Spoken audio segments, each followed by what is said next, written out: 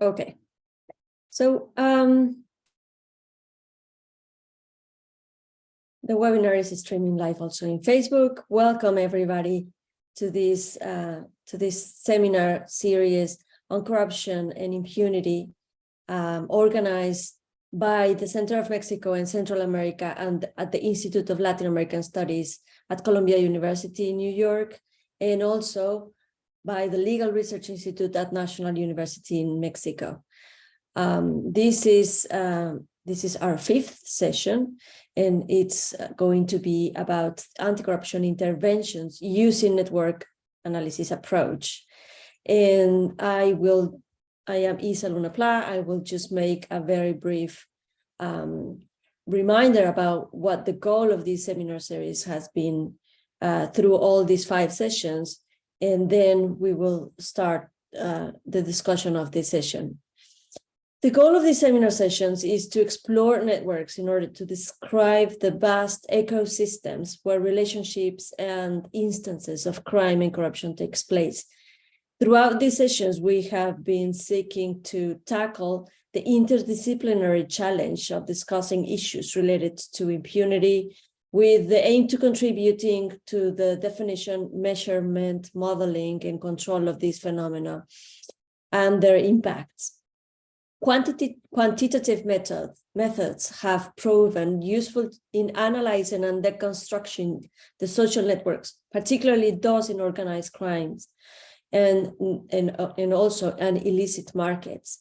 By examining the roles of individual players within the networks, network analysis provides insights in how interventions targeting specific nodes and edges can impact the network structure. In this session, we will explore concrete examples and methodologies currently employed in the anti-corruption arena, with a focus on empirical and practical applications. For those who are joining us for the first time in this seminar series, we will begin with an initial round of interventions from our speakers, and then followed by a second round from an elaboration of ideas and discussion.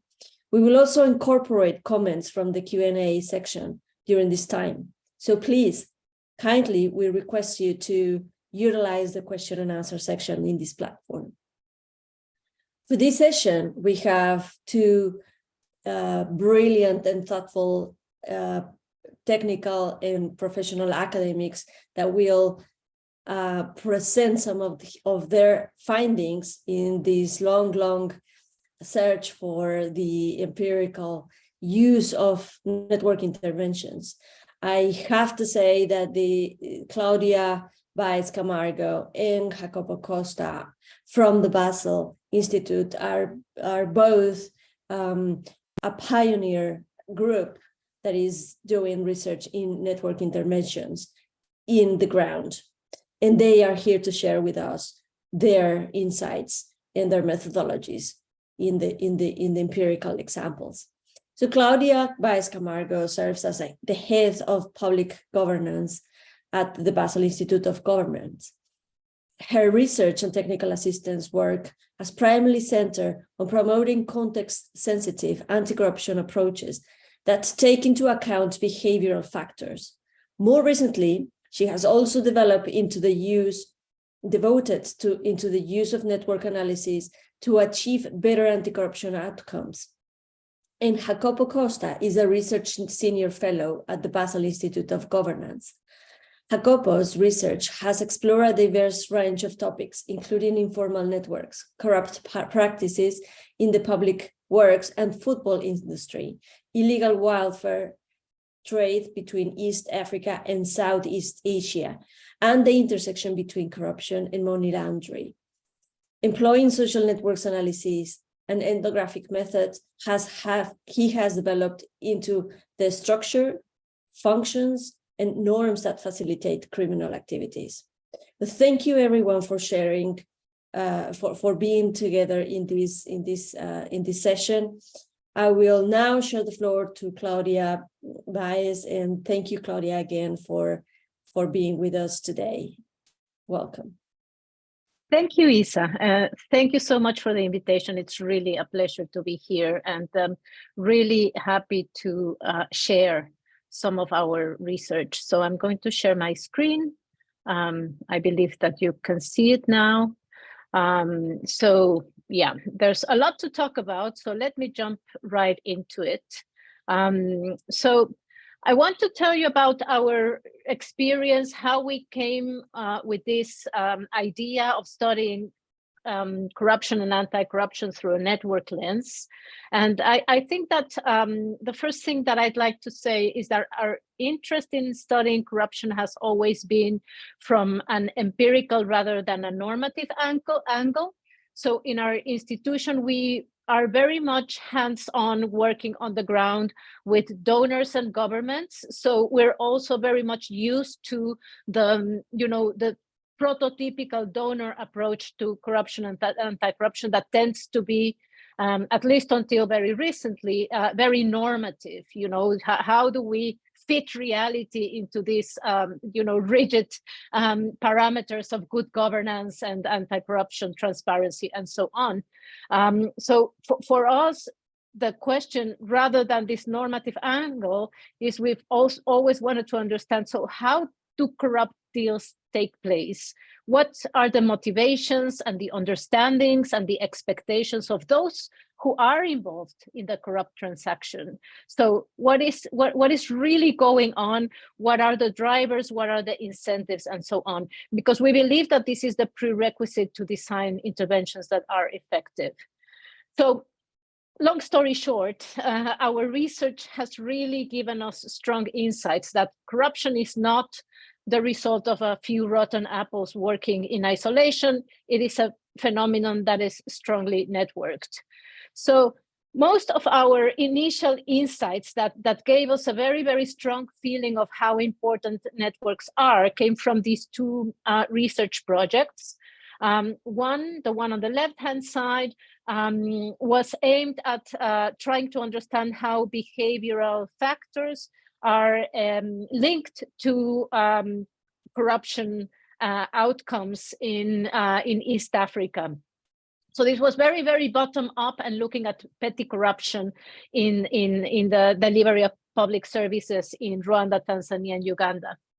And then we had a second research project running in parallel, informal governance and corruption. And this one, our goal was to, at the more macro level, try to understand what informal norms, understandings, relationships are linked to grand corruption, to corruption linked to public procurement, corruption linked to elections. So the kind of more high-level political elite corruption.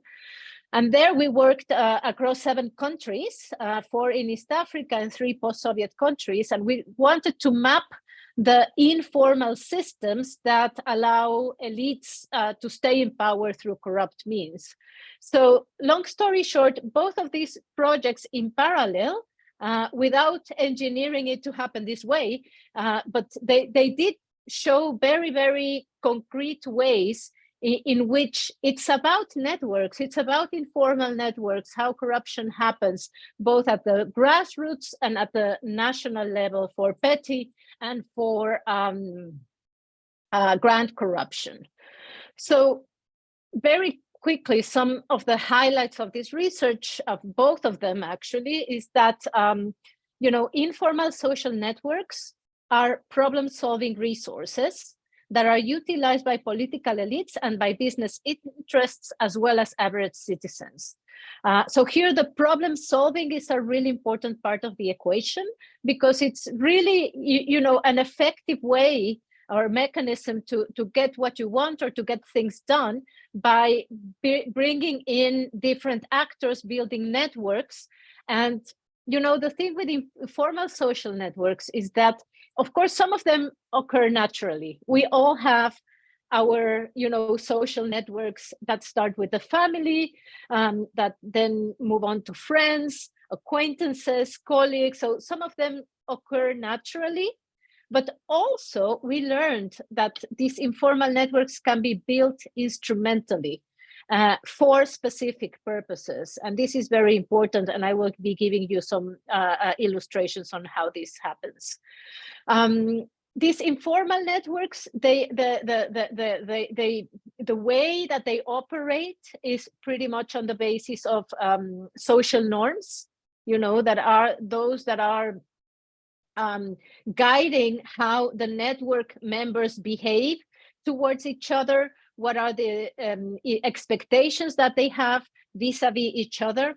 And what we found is that there are some social norms to do with solidarity, with reciprocity, with a sense of obligation with towards the group that are very, very important.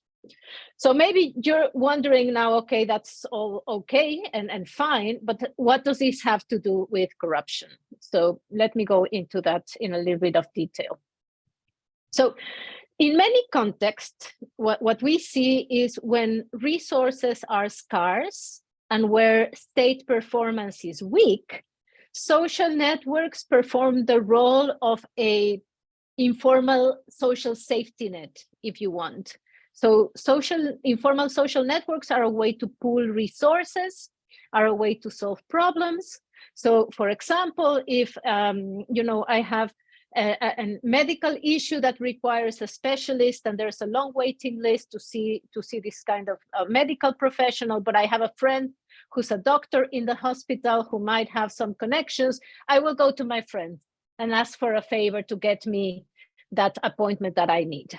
No? And similarly, if I have an issue, I don't know, I need to get a permit to open a business, and I know that it's a big headache, and I have a friend of a friend who I know has a position in this in government, I'll go to this person. So these informal networks help get things done.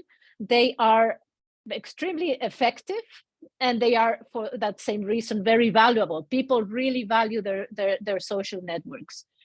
And in that sense, building informal social networks is an investment. So you want to get in your network the right people who can help you to deal with different problems, right? Especially when the state is weak and, you know, and resources are scarce, then the networks become really, really important. So how is this, again, how is this associated with corruption? Well, one thing that maybe is important to keep in mind, that it's, for the most part, about getting things done. The question is what and how, right? So from the bottom up, let's look at the picture on the left-hand side. I think this is a scenario that most of us are familiar with, and also that frequently, you know, to get out of paying a traffic violation, one gives a little something. In Mexico, we would say a mordida. There are many euphemisms for the same thing all over the world. And one of the things we learned in our research in East Africa is that this kind of bribe giving, it, of course, gets you out of the problem and it solves the immediate problem, but not only. It is also a way to build a social connection. So I remember very vividly a colleague in Kenya who was describing how, yes, you know, you get stopped by the traffic officer, you have this exchange, everybody knows in which direction it's going, but you also get friendly. And towards the end, after you've given the bribe, you've also probably also exchanged phone numbers. And this traffic officer is now your friend. So next time you run in trouble with the police, you have a friend to resort to. And of course, every exchange of favor will be lubricated with a bribe, but it's a win-win, right? Now, you know, this person will be a resource that can help me, and I will be greasing the wheel, as they say, by giving a bribe every time. So this is a way in which a bribe serves the purpose of building a useful social connection. But also we have to understand that all of this is happening in a context where social norms of reciprocity are very strong.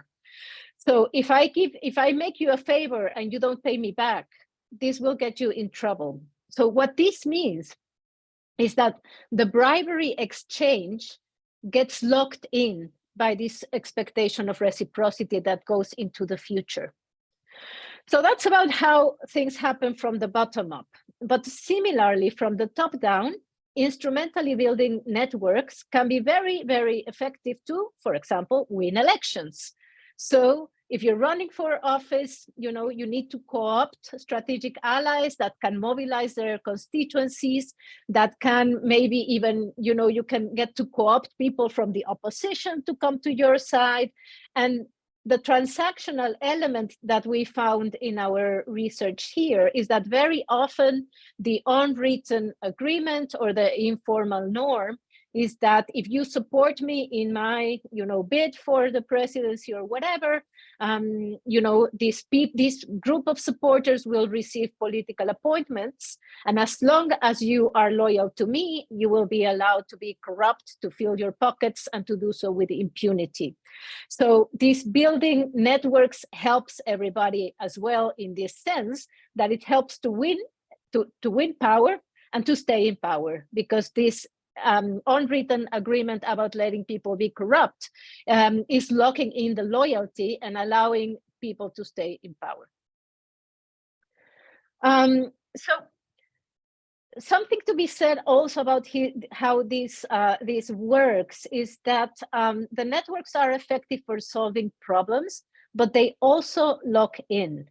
So let me give you two examples. One comes from Tanzania, and this was a doctor was telling us how things happen in that country. That, say somebody's going to medical school, and going to medical school can be very expensive. In a country like Tanzania, it's not easy to do so. So normally the entire family mobilizes resources and pitches in to help this person get through medical school. So on the one hand, of course, this is a family thing. We all are always happy to help our families. That's a normal human thing, but it's also an investment. There's also this expectation that once this family member becomes a doctor and gets a position in a hospital or in a clinic, he or she will be able to look after the family, to provide for the needs and so on, because now you have a medical doctor in the family. So the surprise, the very unpleasant surprise, is that medical doctors in Tanzania, especially in the public sector, have tiny salaries. So the result is that at the end, you have this person who has accumulated this huge social debt. Everybody's looking for this person to provide for the school fees, for the funeral costs, you name it, and the salary is tiny. So the pressure is high, and then the incentives to exploit this position for private benefit is huge. So embezzlement of medicines, bribery, all these things are linked very often to this kind of social pressures. So being indebted to your network locks you in. And the social norms of obligation to your group and solidarity are so strong. And we had some really incredible examples in our field research of people saying how, if you're perceived to be not helping your family or your social network, you are ostracized, and in some cases even there were accounts of physical violence against those who were ungrateful and were not helping the group. So this is very strong, powerful motivations. And I think a similar argument can be made for the grand corruption, for the political corruption, because if you think about it, if you have a political leader that is building his or her basis of power on the basis of these informal transactions, it's very difficult to get out of them. Let me give you a quick example. This is from a book by Sarah Chase on Afghanistan. And she wrote about this story where there was this very, very corrupt, very low-level political person at what would be the equivalent of the municipality level, who was very disliked, very corrupt, and people were trying to overthrow him and to get him in jail, prosecuted, etc. And none other than the president Hamid Karzai at the time went out in defense of this otherwise really tiny, insignificant political figure. And Sarah Chase, who's a fantastic investigative journalist, was really puzzled, and she investigated the case. And what she found out is that because Hamid Karzai had built his political coalition on precisely this kind of unwritten agreement, like if you support my regime, you can be corrupt with impunity. And this meant that even if a small figure fell, this could throw into question the entire coalition, and this arrangement. So these arrangements and these informal norms are very powerful, and they locked in. And I'm convinced that there are many, political leaders that have come to power in this way, that if they suddenly, for whatever reason, they wanted to not be corrupt anymore, they wouldn't be able to change things, because going after the corrupt would be a political suicide. There's no way that they can get out of it. So just trying to think a little bit, why are these findings important? What are the implications? I think that a network perspective really helps us understand why corruption can be so resilient. So most conventional anti-corruption approaches are very much focused on the individual level. And we all know that when you have a system that is networked, you can take out, even the leader, and the network will live on. So I think this is one of the reasons why corruption just is so difficult to get rid of, and why conventional anti-corruption approaches have had limited effectiveness. Okay, so let me tell you a little bit more. I'm going to go more into the detail of some of the research that we've done and some of the practical implications of our research. So for this one, we mapped 10 case studies of informal networks, again, in East Africa, and Tanzania, and Uganda, basically because we wanted to understand and to go in a deep level of granularity. How are these networks formed? How do they work? What is the division of labor? Who is involved? What are they good? What are they useful for the people involved? So I'm not going to go into huge detail, but I want to give you a flavor of what we found out. So, for example, one of the goals of the networks that we mapped is to ease access to public services. So this illustration that you see here is the informal network in Uganda for getting a driver's license in an expedited way. So you have we call them seekers, the people who want to get a driver's license, who don't want to go through the, terrible bureaucracy, don't want to wait a long time. They just want the expedited service, and they go to a broker, which is the light green bubble in the middle. And this broker, this is a whole category of actors that we discovered. These brokers that make a living just on the basis of the connections they have with people inside public institutions. So they are the one who can connect you to the people who can give you what you want. And so, of course, inside of the public institution, there's another network of collusion, of officials that are colluding, that will give the expedited service to those who are giving the bribe. A second type of network, as defined by its goals, networks are useful to obtain business opportunities with the public sector. So very often you instrumentally build an informal network to derail competitive procurement processes and committing other types of fraud.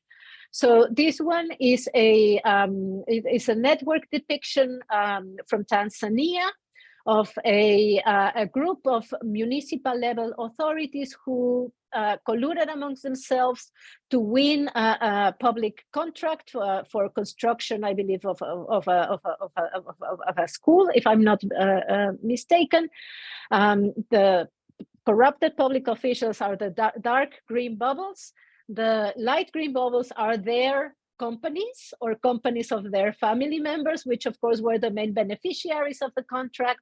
And then they, of course, were in a position to bribe and bring into the network not just the procurement officer, but the entire tendering board, which in fact was co-opted with a kickback. Some networks are built to allow business to run smoothly. Bribery networks are unfortunately quite common. This one is a Tanzanian businessman in the transport sector. But I think for us with a Latin American background, probably the most infamously big scandal of a bribery network is the Odebrecht case, of course.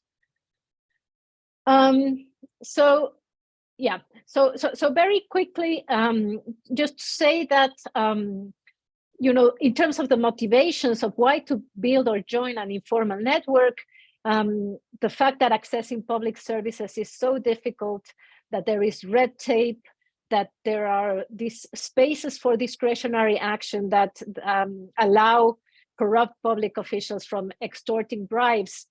Who doesn't want to get an expedited service, right? Who wants to, spend a long time to get the services that one is supposedly entitled for? So this is a strong motivation. And then on the business side of things, what we saw is that often there is the expectation that unless you have a contact, you cannot get a public contract. And in these countries where we were doing our work, the fact is that the public sector is one of the bigger sources of business for private sector actors. So then, joining into these corrupt deals becomes the way to stay in business, really. So some of the network dynamics are extortive. With those public officials really abusing their power to extort bribes, but some other are really very collusive, where those on the non-government side of things are willingly joining the networks in order to get something for themselves. We've also found out about different roles in the network very quickly. What we call seekers are those who want to get a special favor, or they want to get something from the public sector officials that is illicit or that they are not entitled to. The doers are the public officials who have the power to give the seekers what they want, to bend the rules or to issue the license or whatever. And then we have the brokers, and this is a very key category that allows, if you want, the demand and the supply for corruption to get together. And in fact, we find that the informal networks, very often this is what they do. They allow the demand and the supply for corruption to become articulated into sustained patterns. We also found other types of roles, but I don't think I need to go into those with much detail. So what? Well, one of the things that to me was most striking from this research is that what we found out is that where, building these networks to derail state processes can, in this kind of context, the more formal controls to prevent corruption are in place, the more likely that you will have more corruption in the end as an outcome. So this this graphic here shows a public procurement process in Tanzania, I believe, which I cannot go into all the details, but basically had 3 levels of controls. And the collusive people at the center, they bribed so many people across the 3 levels of community, municipal, and ministerial level. So ironically, had there been less control instances and mechanisms, the total amount of bribery would have been much smaller than was the outcome. So for me, this is such an important message to communicate to donors, that simply layering control mechanisms one after the other and increasing the bureaucracy of accountability, it can actually backfire where you have high levels of informality and this kind of social structures where building informal networks is the way to get things done. I think that some other implications have to do with, for private sector actors in particular, a value-based approach is not necessarily enough. We've seen a lot of initiatives that want to help SMEs through collective action, help build up their compliance mechanisms. And the truth is that when these small and medium enterprises are confronted with all of these informal deals going on and so on, adopting a compliance mechanism is going to be expensive to begin with. So they are incurring a cost upfront, but also they run the risk, what happens if I'm cleaning up my act, but all my competitors don't, right? So the proverbial collective action problem. So you are confronted with immediate, obvious costs, all in exchange for an uncertain benefit in the future. So there is a very important intertemporal dilemma there that we need to think about. And I think the way to think about it is that we need to help the private sector actors who are engaging in corruption and are building these informal networks to solve their problems in a way that does not involve corruption. If opening a business is a big headache to the extent that you need to build a bribery network to do so, we have to address red tape, and we have to address this unnecessarily bureaucratic complexity that is also allowing abusive public officials to exploit the red tape. I see that I'm running out of time, and I do want to speak about another project. This is just to thank the wonderful research team that helped in this particular project. I want to quickly talk about another project where we actually designed and tested a network intervention in Tanzania again, and this was an anti-bribery intervention. And basically what we wanted to do was to address the proactive bribery, where the users of the health services come and proactively offer a bribe in order to befriend the health worker. So as I was explaining, they get a social connection. It's mixed with these understandings about reciprocity, and then the bribery lives on in public facilities. So we wanted to design an intervention to test the idea on whether it's possible to address social norms of corruption.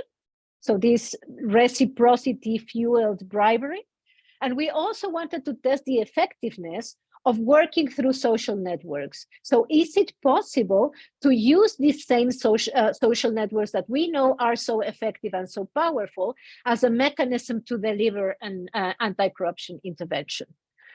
So very quickly, what we did, we worked with both health workers and then messages targeting users. So on the health workers side of things, and this was the network part of the equation, we recruited champions. So it was a peer-led intervention, and we recruited these champions that their task really was to disseminate the anti-bribery message across their social networks within the hospital. We trained them, we gave them a lot of tools so that they knew how to speak to other people about the anti-bribery message, and we supported them by really trying to make a network of champions so that they could support each other in their activities. And then we had some intervention in the so-called choice architecture. So basically in those spaces where the bribery happens in the hospital. And we had two different types of environmental cue. One, we had provider-facing messages. We had desk signs. And on the side of the provider, what we wanted to do is we wanted to give the health worker a very easy way to refuse a gift. I can speak more about this later if there's interest, but this is basically addressing what we within behavioral science call the empathy gap, meaning that when you're under pressure, you will not make the right decision, or you will have more problems making the decision that even if you rationally know it's the right decision, because you're under stress, you'll give in. So because we know that health workers feel a lot of pressure from the users, insisting on giving a bribe, we thought we'll put this desk sign that will pretty much take the any thinking out of the equation, that could really just read out what they had in front of them to refuse a bribe. And then we also had patients facing messages in the forms of posters, and then the desk signs when they were sitting, facing the health provider. They would be seeing these messages advising that bribery is not allowed in this hospital and is a crime that can get you in trouble. So these are the intervention materials. Of course, they are in Swahili, but here you can see in the middle that was that is a sign that was facing the provider with the 4 steps, and the poster we tried to make it very user friendly with visuals that would intuitively also explain what the message was without even having to read the text. These are just some pictures of our champions workshop. They were fantastic. They were really, really enthusiastic to go and disseminate the message. And to get a little bit more nerdy, just to explain about what we were trying to do with the intervention design, we were trying to tackle both the descriptive and the inductive social norms of bribery. So the descriptive social norm is the one that this is what you expect most people around you are doing. So for that was where the intervention materials came into place. By placing these posters and these desk signs all over the place, we wanted to create cognitive dissonance so that people who were coming in with the belief you need to get a bribe, give a bribe in order to get service, that this belief would immediately be contradicted by these posters and desk signs. So we thought this could be a mock to signal a change in the descriptive social norm that everybody's bribing. And then the inductive social norm is the one, what do you expect most people see as the acceptable behavior? So what are people around you either accepting or rejecting as the appropriate behavior for a given circumstance? And for this one, that was what the network intervention, the network side of the intervention was aiming to do. Because the idea is that if an anti-corruption message is coming from people from my network, from my colleague, from people that I have a close social interaction with, whom I trust, this is going to be much more compelling than a simple, public education, from the government or from some, random NGO who I don't know. And by getting the message from my colleague, from my friend, this is giving me the signal that in my group, this is no longer an acceptable behavior. So we were hoping to challenge this inductive social norm. I wanted to also add on the network component, we used a software that is really exciting because it allowed our enumerators for the impact measurement. We had part of it was a survey, but also part of it were qualitative interviews. So our enumerators used this software. They had it uploaded in the tablets So when they did the interviews, they were able to map the networks of the respondents and then map how the message disseminated across the social network. So here in these screenshots, you can see a little bit what this software looks like. And basically the bubbles, of course, are the nodes, are the different people. And we had the entire hospital staff roster uploaded into our tablet so that we could create bubbles for each person. And then the enumerators could ask the respondent, to name the people in their social network, would create nodes on the screen. And then with their finger, they could drag each node to different so-called buckets. So for instance, how often have you spoken to these people about gift giving since the start of the intervention? And so the possibility is never, once or twice, multiple times. So then they could move the different people to the different buckets. And in this way, we were able to see how effective this dissemination strategy was, in terms of using the social networks.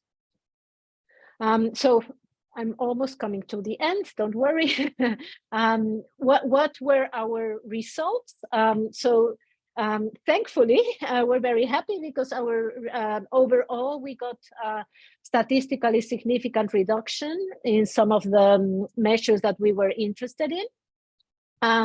So a gift-giving propensity score that we built went down, and from 23 to 13%. But what I really like is this the decrease in the top right side of people who would consider giving a gift in the future came down from 43 to 25%, which I think is a really fantastic result. And also, well, we had an index on enabling norms that also went down. It's only from 46 to 40%. Still, statistically significant, perhaps not as impressive, but we're happy that it was in any case going in the right direction. And then in terms of the enabling attitude score, which was really about measuring the personal beliefs of the respondents, we were very happy to see on the bottom right that those who believe that a doctor is socially obliged to accept the gift went down from 60 to 47%. A big thank you to the team who worked in this research project, the colleagues from the University of Dar es Salaam, from the Behavioral Insights team, and from the University of Utrecht. And I should also mention that these two projects were funded by the Global Integrity Anti-Corruption Evidence Program. So this is my last slide. The next steps. What do we want to do now? So we have seen that this approach is promising. We got really nice results. So now we want to see whether this same approach can be further explored in terms of sustainability.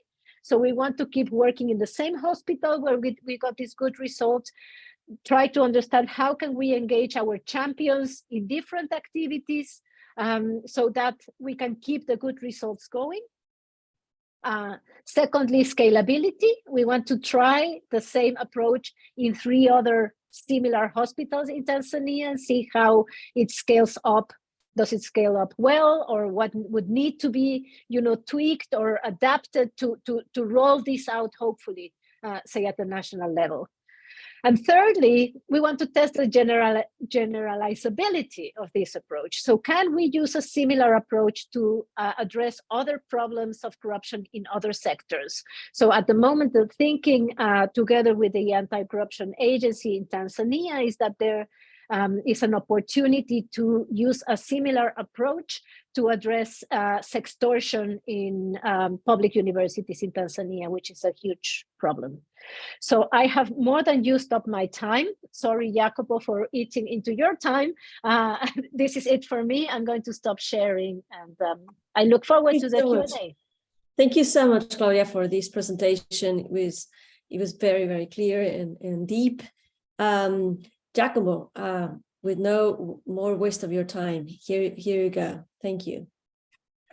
Thank you very much, Claudia and Issa. And I'm going to share my screen. Here we are. Can you see it?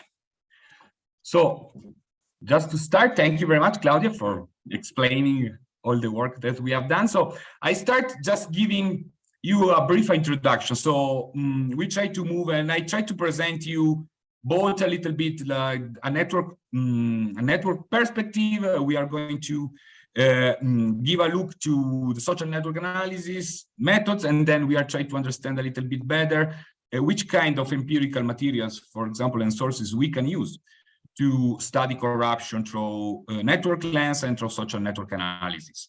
So I want just to give a brief introduction, starting with, what network approach represent for under like more political theory or political philosophy. It represents really a change in paradigm of how we were looking at the different political and social phenomena, moving away from a model characterized, for example, by a Leviathan, so a more vertical dimension of power, to move towards a more horizontal dimension and characterization of power. So when using a network lens and a network approach, we are considering power as being in the right place in the network.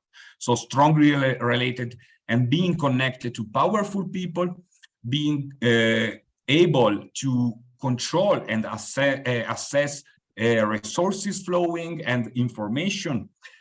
And this is quite important overall on three different, for example, advantage that we can have, like when considering, the control on this information or resources flow. For example, the access, so receiving information before than others, the timing, in fact, like, assessing this kind of information before than others, and the recommendation, so receiving also instruction on how to use information or resources or other kind of stuff.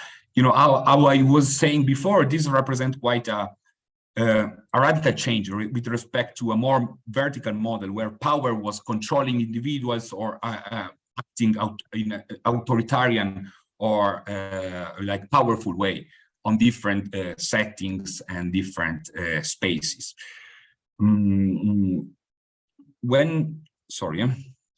When trying then to characterize a little bit better how we can conceptualize this networked corruption, and basically we can understand it as a web of relation that cross-cut different spaces that are like economic, political, professional, or social spaces, with the aim of creating connection and links, with the aim of extracting rents, extracting resources from the states. We are speaking about ecosystems that are multiplayer and multi-level structures. So we are speaking about situation where we have different dimensions that are overlapping and layering one on each other. And another very important characteristic is that all this multi-level structure and multiplayer infrastructure are basically based on reciprocity dynamics, and also the characteristic is very important.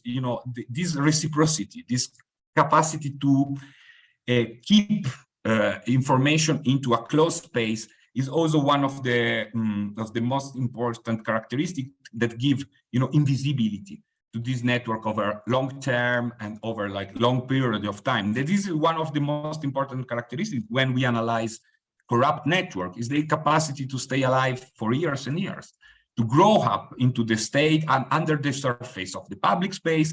They are capable and able to move and capture.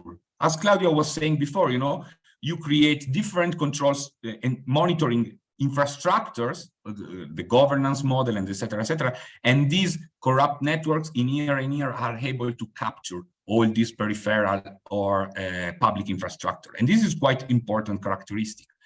Another very important point when conceptualizing corruption as a networked phenomena is the effect of the pressure from the peers. That can push individuals in participating in corruption, even if this individual does not consider corruption as a moral phenomena. So considering the dynamics of network, the dimension of network can help us also even to understand why an individual that per se can have strong moral or ethical motivation, how this kind of individual can at the end be part of corrupt network or accepting bribes or giving bribes.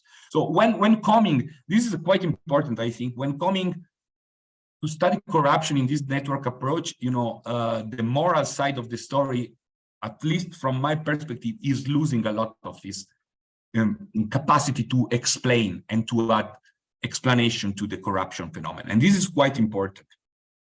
And then we have to take into consideration what we are speaking about, the broader sociocultural context in which corruption is embedded. We are speaking about mechanism of legitimation, mechanism of justifying the participation in network, and all this kind of in participating in corruption, and all this kind of stuff, and all this kind of legitimizing and justifying mechanism find their own feeding material into the network infrastructure. And this is another quite important phenomenon. For example, just studying Italy, was quite interesting to understand how under the public administration, there was a sort of very dense and gelatinous material made of shared cooperative norms of corruption, shared social norms that was basically involving and justifying the participation of the different members in this illicit agreement or corrupt agreement. This kind of perspective about the networked shape of illicit behavior or corruption has been in fact applied to different fields, and we know at least from 20-25 years we have very interesting work applying a network approach to corruption and bribe, white collar crimes, terrorism, very different kind of illicit trafficking, organized crime, and illegal behavior in sport events, but in even other kind of mechanism. Because basically, this is my idea, is that the network approach is exactly functioning very well to explain this kind of very complex and this very articulated phenomena that we are basically studying recently. When we started to look at the world as a networked space, we started to apply the networked approach to different kind of crimes and illicit behaviors. Starting and moving from the work that Claudia described before, so informal networks as an investment, we started to look at these different 10 stories, basically narratives of how individuals basically built their own networks, informal networks, and we have been able to see, how different types of social relations enter to be parts, contribute to build the network surrounding determined specific individuals. As Claudio was saying, for example, every one of us is basically surrounded by a sort of social environment, social embeddedness, with like family relation, ethnic ties in specific context. We have kinship relations, we have friendships, and this is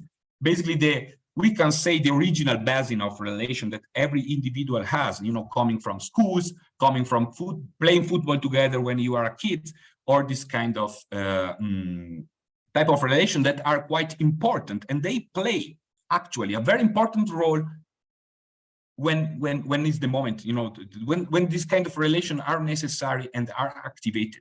So this is the first level of relation that we have seen, but a very important type of activities to build a network are the activities of mentoring and tutoring.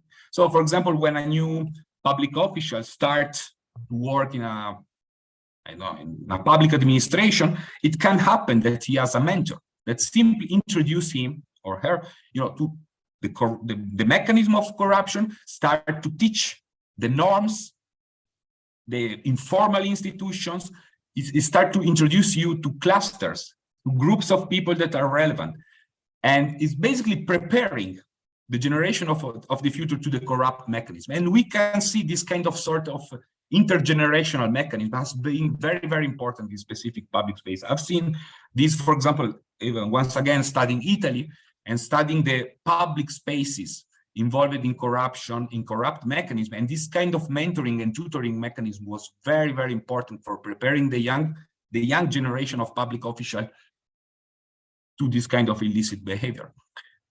Then once again, we have a third level, in fact, like educational, social, professional, and organizational life. All this kind of situation give us to our network, had this kind of connection. Fourth, clearly, the links that come from co-funding in criminal activities. So these are four very important clusters of relational types, we can say, that enter to be part of our personal network and contribute to build our personal networks. Clearly, and the result of our paper was basically that building a network is a sort of investment. It's a sort of investment because an individual, and here we have a case, a figure representing a Tanzanian entrepreneur trying to build, basically starting a business in Tanzania, and all these kind of cluster represent all the public space, the public offices that this entrepreneur had to contact to basically obtain the authorization, the certification, the public services that permitted to run and to start establish the company, basically. And we can see basically, you see this network is broad and comprehend different clusters. To build and to take all these clusters into your network, you need to invest money, you need to invest time, but you need also to collect information exactly as for making an investment on the stakeholder in the stock market. Basically, was one of a very important, very interesting situation here about the information collection. So this entrepreneur, that is the white Poggioli, is basically the entrepreneur is the white bubble.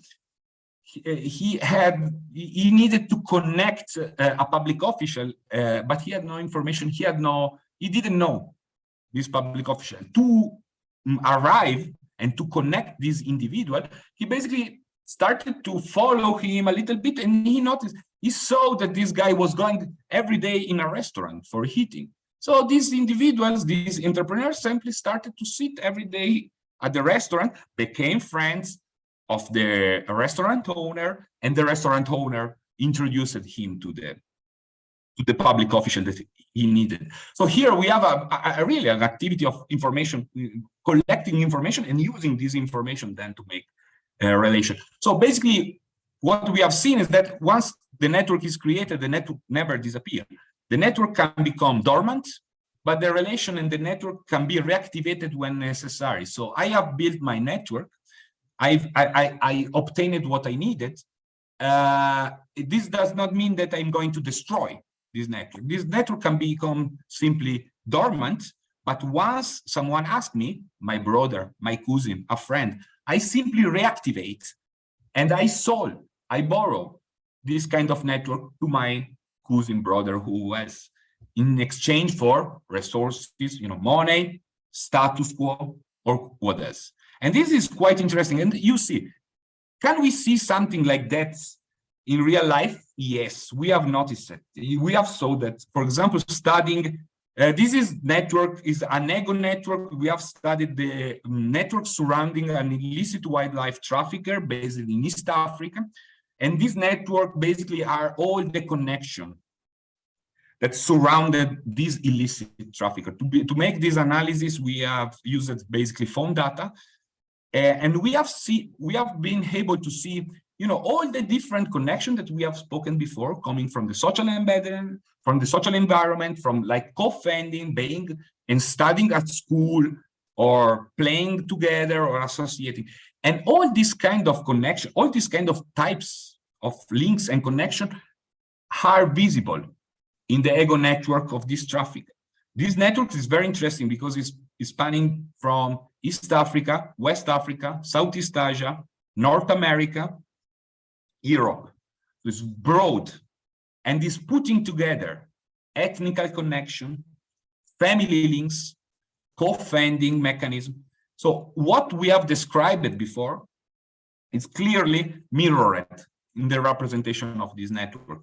And was quite interesting because along the conversation and the communication and the interaction between the trafficker and the contacts, we can see different type of mechanism in action. So there are clearly the connection due to make the illicit business, procuring the wildlife goods, delivering, organizing the logistics of the illicit business. But we can see clearly also the connection coming from the family, coming from the ethnic groups. And this kind of connections spread, for example, from West Africa to East Africa.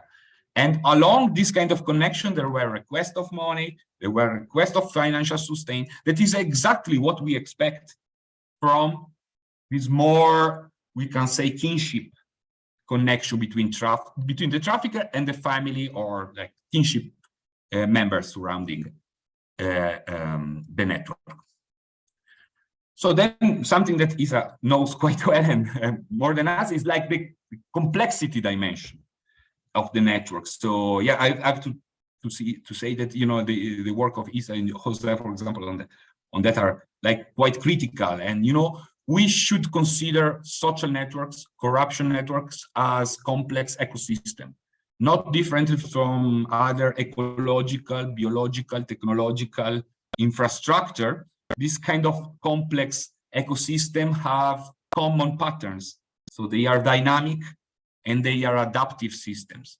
They evolve in times, and these evolutive dynamics are related to changes in the social political conditions, are due to changes in technologies, in the regulations. And we can see when focusing on corrupt networks and try to understand how networks evolve in time, but overall, how the corruption mechanism evolve in time along the network, we can see the influence of, for example, technologies. Just think about the changes that that corruption can have because of the introduction of, for example, of cryptocurrency or other ways. We have a different types of moving from the bag, the bag of cash that is the most ideal typical to the foreign to foreign payments on bank accounts, and now we can have like cryptocurrency. This is producing changes not just on how we make corruption, but also in the shape of network. We have different type of profession. We need different types of skills and competencies to use and apply different technologies to the corrupt exchange. And when considering corruption as complex and network as a complex infrastructure, for sure we have to consider the two basic key terms, that is emergence and self-organization. So basically, these are two dynamics that characterize networks and other ecosystem that we define as complex. So basically, emergence means that the broader the evolution, the characteristic of the large infrastructure, so the broad networks is larger than the simple sum of the single parts. So we have nonlinear interaction between the different local actors and the local clusters, and the self-organization basically is telling us that this kind of complex infrastructure, complex network, can simply have a sort of organization coming from a bottom-up dimension, and are like really self-organizing, and they found their own order, equilibrium, and capacity to act. This is not, I want just to say that this is not to deny the very important role of a sort of Leviathan or third part in organizing a network. We can see, for example, a very big difference, when you have a criminal organization or a very organized space that organize a network. There is, in this case, we have a little bit more top-down organization. So we can have, I'm not denying the role of a Leviathan or a third party in controlling the network. I want just to say that the networks are perfectly able to organize themselves autonomously and moving from a bottom-up dimension and dynamic. Once again, can we see something like that in actual networks that we have studied? Yes. For example, this is the network based in Latin America. So this is like Odebrecht Toledo. So we are in Lava Jato scandal. Odebrecht is the famous and infamous Brazilian company working in the infrastructure, oil and gas sector, etc., etc. Toledo is Alejandro Toledo, former Peruvian president since 2000, 2006. You know, here we have a bribe of around 20 millions going from $20 million going from Odebrecht to Toledo. And what I want just to underline here is that, you know, the evolution and the dynamics characterizing these entire networks comes from the interaction of different parts, different clusters that per se interact, you know, all the nodes and all the clusters that are part of the Toledo cluster, Odebrecht cluster, Peruvian subnetwork, service provider, they interact into this cluster, and then they also, in a non-linear way, interact to give the evolution and the dynamics of the broader net. That you can see, you know, a sort of general network that we are looking at. We can see this also when breaking up and just analyzing the Odebrecht part of this network. We can see that is made by different clusters, different groups of individuals, and the evolution of the broader networks comes from the interaction that happens. So this is just to explain you a little bit and very quickly, you know, how we can see this sort of both emergence and self-organization in a real life network, because both, you know, these are basically real networks that we have mapped. And this is just another one that I've studied, the match fixing network in Italy, just to underline a little bit the same issue. So just to sum up a little bit and then run into the social network part, you know, we see network corruption as a collective phenomenon that is based on polyadic rather than dyadic connection between individuals and organization, regulated by complexity dynamics. There is an evolution in time following changes in factors such as like technology, legislation, political economy factors, socioeconomic relation.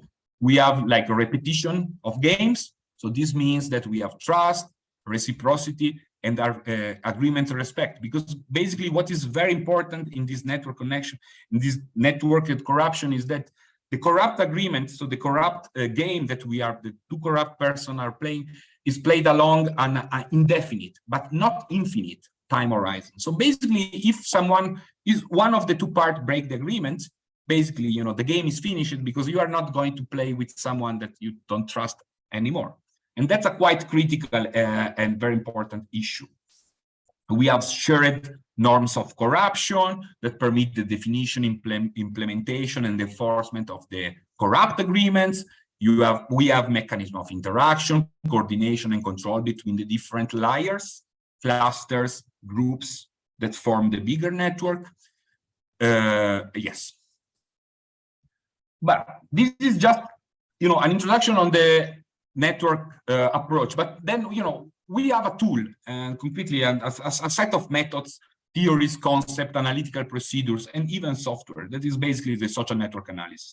And this, you know, has revealed to be a technical a method very important to analyze networked corruption or networked illicit behaviors and illicit phenomena. Just to make a short introduction, you know, we have what are the key elements of networks are the nodes and the links. Basically, the simple element of a network is a dyad, two individuals that are connected. But then we have the ego network. The ego network is basically the set of connection and relation that surround every one of us. So I'm at the core of an ego network. Claudia has the same, and Lisa has the same. And when we put together all the different ego networks of the individual, we obtain something that is the representation of a complete network. So we all know that when we study, you know, a specific case, we are not studying the complete network of the world. So basically, you know, all the individuals at the end of the day sitting, you know, living on the earth face are connected into a network. So when we study something, for sure, we limit it, we give borders, and we explain why we have given this kind of borders, because for sure, we are not interested in studying the networks connecting all the individuals around. But this is just to say that it's a little bit scientific limiting what we are trying to study and looking at. Networks are characterized by dynamics of growth, dynamics of contraction. Two networks can merge together, or two networks can simply split and come from a single network and splitting because conflict, because of tension, because of several kind of issue. We can have for sure the genesis, the birth of a network, and this is a very important. I have to be honest, analyzing the genesis of a network, why a network come to life and see the light, is a very, very, very interesting empirical question that is quite interesting, and try to understand which are the mechanisms or the factors that determine the birth of a network, but even the death. And we know that the death of a network is, for example, a corrupt network. We can have a scandal or a judicial case that eradicate, for example, a network from a specific space. And this is just to say or try to connect this kind of dynamics of network to something that we all can understand. I'm just using, and I found very interesting, I have to be honest, and very close to reality, the free-scale networks model characterized by power law. This model has been introduced at the start of 2000 by Albert Laszlo Barabási, so an Hungarian scholar that started basically to approach the network analysis from a very scientific and art science perspective. So he started to study, for example, the World Wide Web. And he started to find this kind of dynamics, basically, where network and the connections between the nodes of the network were not randomly distributed, but were due to other kind of mechanisms. So we have, for example, the hubs. The hubs are individual with a lot of connection, a lot of links. And then we have other that we call like pendant nodes that are quite insulated nodes. He was speaking about fitness, so the capacity of a node to attract other individuals. He was speaking about node attractiveness. We were considering issue as preferential attachment and growth. So when new individuals want or try to join a network, for example, they tend to connect the already powerful individuals, the hubs. And this is giving life to a mechanism, a phenomenon that we call get-rich phase. So who is richer become rich, who is rich become richer. So who is powerful at the end of the day becomes even more powerful because of this sort of preferential attachment. And then the last one, the node hierarchies between the very powerful nodes to dependent nodes. And these are the characteristics of this free-scale network model, and that I try to apply it once again to the analysis of a real network. So this is a public work networks involved in corruption in Italy. And as I try to map, the degree distribution between the different nodes, and it's clear we clearly saw emerging this sort of hierarchy between like the hubs, the most powerful nodes, N1, N2, N34, and others that are very marginal. We can consider and we can connect this once again to the more traditional, for example, sociological theory. Here we are not looking at nothing else than already Pareto told something similar. So society, power is concentrated in individuals. We have elite, we have individuals that are more powerful than others. The interesting stuff here is that we can see empirically emerging from the study of the networks, this kind of mechanism. Then, when using and speaking about social network analysis, we have measures and like degree centrality, between centrality, closeness centrality. We have the network characteristics. We have the brokerage type. I don't want to spend so much time in this because I want just to give you some insight very quickly on the kind of empirical materials that we can use for studying and mapping criminal networks. For example, for what I've done is using basically judicial documents, court sentences, pre-trial detention orders, interrogatory reports, investigative and policy reports, monitoring bodies, sentences, NGOs, newspaper articles. We can use open sources, blogs. We can use books, historical and biographical books. So what is important is that we need something, some empirical material that permit us to map this kind of actors, nodes, connection, and relation.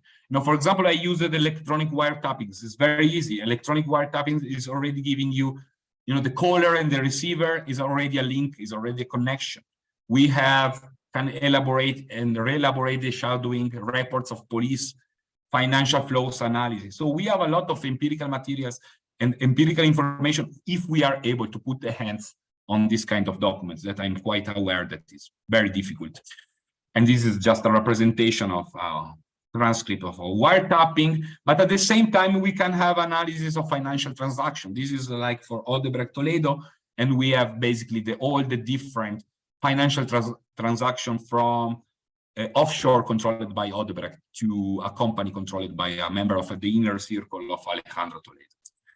We can have other kind of documents, like here is a company document reproducing the board of directors or the management of an offshore companies. And this is also a type of information that we can clearly use for reproducing the network. And then at the end, we have canvas that Claudia already spoke to use during more field work or interviews and try to collect directly from individuals information and data on networks. I think that I finished it. I'm sorry if I went a little bit longer. That's okay. Thank you very much.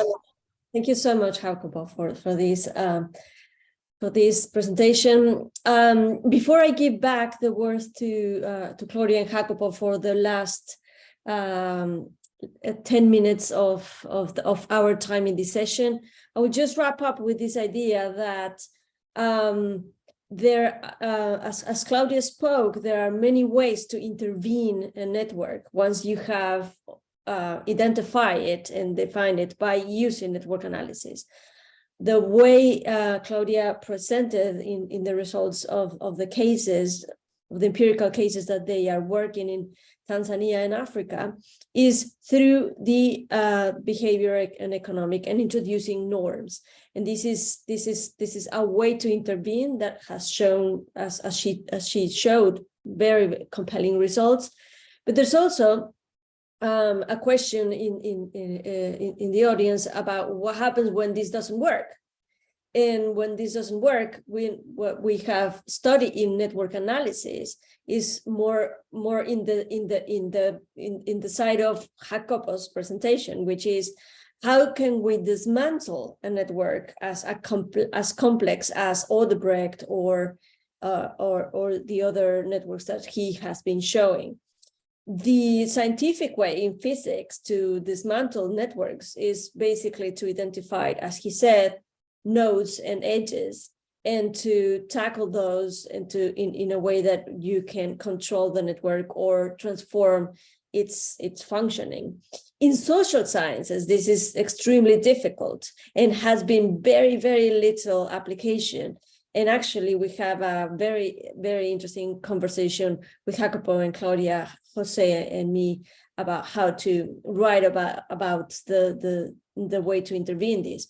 But in a way, what has been some of the insights of the literature is it says that, of course, you can intervene by controlling the most central nodes of the network or the edges, and also putting people in jail, right, and sending them in a place where they have no connection with the other network. This hasn't always worked as well, and we can see Guatemala as one of those examples, right? Where the reorganization of the networks keeps on going, even after you have a large number of those network members sentenced. So another, social sciences has to work hand in hand with different methods, such as behavior economics, such as understanding loyalty and family kinship, in a way that we can, use mixed methods to find solutions to really control or ameliorate the phenomenon as corruption. So with this, I will just, Gloria, I'll give you the floor to Gloria and then to Jacopo to close our ideas in the last 10 minutes of this session. And thank you for participating, everyone, in the Q&A section. Thanks, Isa. I wanted to address two questions from the chat that I didn't even attempt to type because it was going to be very challenging to get the ideas that I wanted to communicate. So first to Jared. Jared is asking about challenges and successes of addressing social norms driving corruption in contexts where the structural conditions are also influencing the corrupt behaviors. And this is a very important question because something that I want to make very clear is that I don't think that a social norm approach is a silver bullet. I think that, or even a network approach is a silver bullet. I think that this can be powerful to complement other measures, or we need to find where the conditions are ripe. So that be what I'm trying to say in the case of Tanzania. The reason why we thought it would be a good idea to try this intervention tackling social norms is because something had changed in the overarching environment. We had a president before who was really, really tough on corruption, really punishing people in the public sector, left, right, and center. And this really changed the incentives from the side of the public officials, in this case, the health workers, where they were no longer so happy to be getting bribes. I'm sorry, I'm losing my voice. So there was a tension. There was a tension here, and therefore the possibility to intervene, to support the health workers by relieving the tension, by giving them tools to reject the proactive bribe given, and by trying to neutralize the behavior on the side of users. There are other contexts, for instance, a lot of the field work we did was in Uganda, where no such macro level change has taken place. And there, I don't think that a social norm intervention would work because it's too beneficial for all of those involved. Nobody really has the incentive to get out of it. So one has to find where the tensions might be in order to intervene. And then I also wanted to respond to Michael, who was asking about, if the approach is not really just based on the idea to not just say no, whether this is not naive, since corruption networks show us that the networks are locking you in. So you cannot simply refuse being drawn into a network. So here, what I wanted to say is that I think it's useful to think about the different types of corrupt networks. So some of them are extortive, and in this case, like say, in the case of the business people in Tanzania who are trying to open their business and are confronted with this huge extortive bureaucracy. Here you have people who have an incentive to not be part of the network. They would really prefer not to have to bribe their way through. So this is a tension that one can exploit, right? And an example of how this has been tackled in other countries, in Ukraine, there's been this very successful business ombudsman that does exactly this. It's a resource where business people can come when they are being confronted by corruption, and they have an army of really well-trained lawyers and specialists who help them deal vis-a-vis the authority, to put out the denounces and so on, so that they don't have to resort to corruption. So this is one way. Of course, some networks are built on collusion, where everybody seems to be getting something out of it. So here the incentives are, they are not there for people to want to get out of the network. And here I think that it's really important to invest in detection mechanisms, So, for example, some of our colleagues who work with private sector actors, they have developed what is called they call a high-level reporting mechanism that helps private sector actors who want to stay clean in the, for example, in the procurement processes for large infrastructure projects. This high-level reporting mechanism gives everybody who's involved in such a tender a resource that they can go to if they see or suspect any foul play. Let me stop there. I think my voice is actually giving up on me. Thank you. Oh, great. Thank you. Gloria, Jacobo, can you address the rest of the questions then? Thank you. Yes, so I want just to start with the question of Muazu, that is, about the difference between a socially entrenched corruption and systemic corruption. I think that there are, yes, is a definitional difference in the, and I think about the level of what of what you are speaking. So about systemic corruption, we know is like a mechanism of corruption that are spread all over a specific political regime, and how I interpret this is basically a next level of social and criminal networks that basically root so deeply into the state infrastructure to basically produce state capture at a very high level. So, for sure, we are speaking about different potential levels where this kind of informal or corrupt networks operate. For example, we can have a sort of corrupt networks at the very local level and socially entrenched, involved into a social dimension. It's not that if you are going to look at a network involved in systemic corruption, they have not this social dimension or this being rooted in a social environment or in social space. It's just, I think, and this is just my opinion, is a very is a difference of what we are looking at and which kind of dimensions and the capacity of these different networks to spread around the system. Like some of them, because of the state is solid or more robust or is able to protect itself, it's not arriving to be systemic corruption. In other situations, we have instead like this kind of networks that spread around. This is just my opinion. I think about. I want to answer quickly to the Thomas point about applying social network analysis to trying to follow the cryptocurrencies of this kind of issue.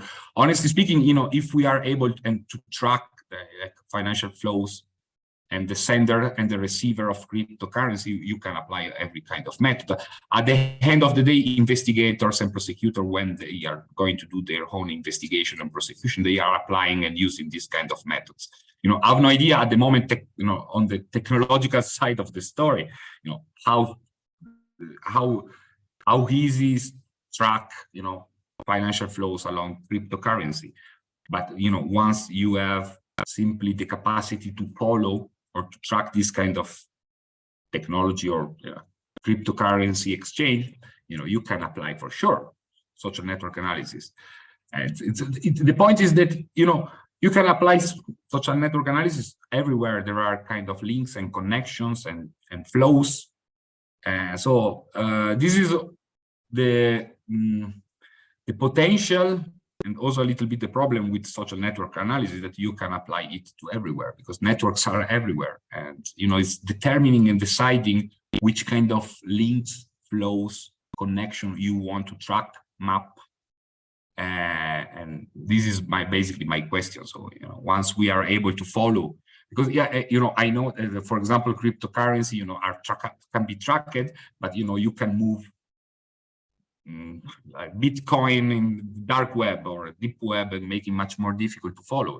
Like you can use anonymous wallet to protect the identity of the owner of cryptocurrency. This is making much more difficult to track them. So it's a matter of the technology, of our capacity to follow and track cryptocurrency and exchanges in cryptocurrency.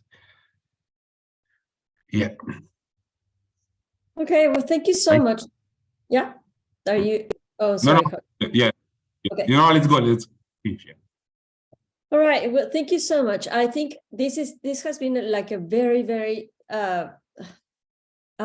interesting and active seminar, because we had so many questions, and we still have so much questions about how to intervene these networks in a way that can be actually measurable and address effectiveness in a much better way. And I think that's a challenge that we are social scientists and scientists and data scientists working on currently, in that is taking our best of our time.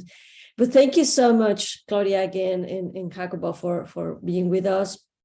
I would like to invite everyone to stay tuned to our seminar series.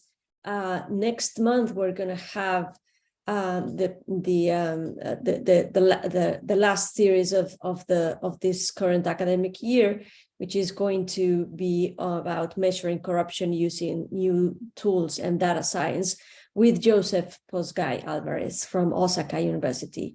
And I will just send my special thanks to Ana Oropesa at ILAS Columbia University, Fernando Santillan at the Legal Research Institute at UNAM, Hector Zavala at UNAM Boston, and of course at the Basel Institute for all the organization and work that they provided disseminating this event.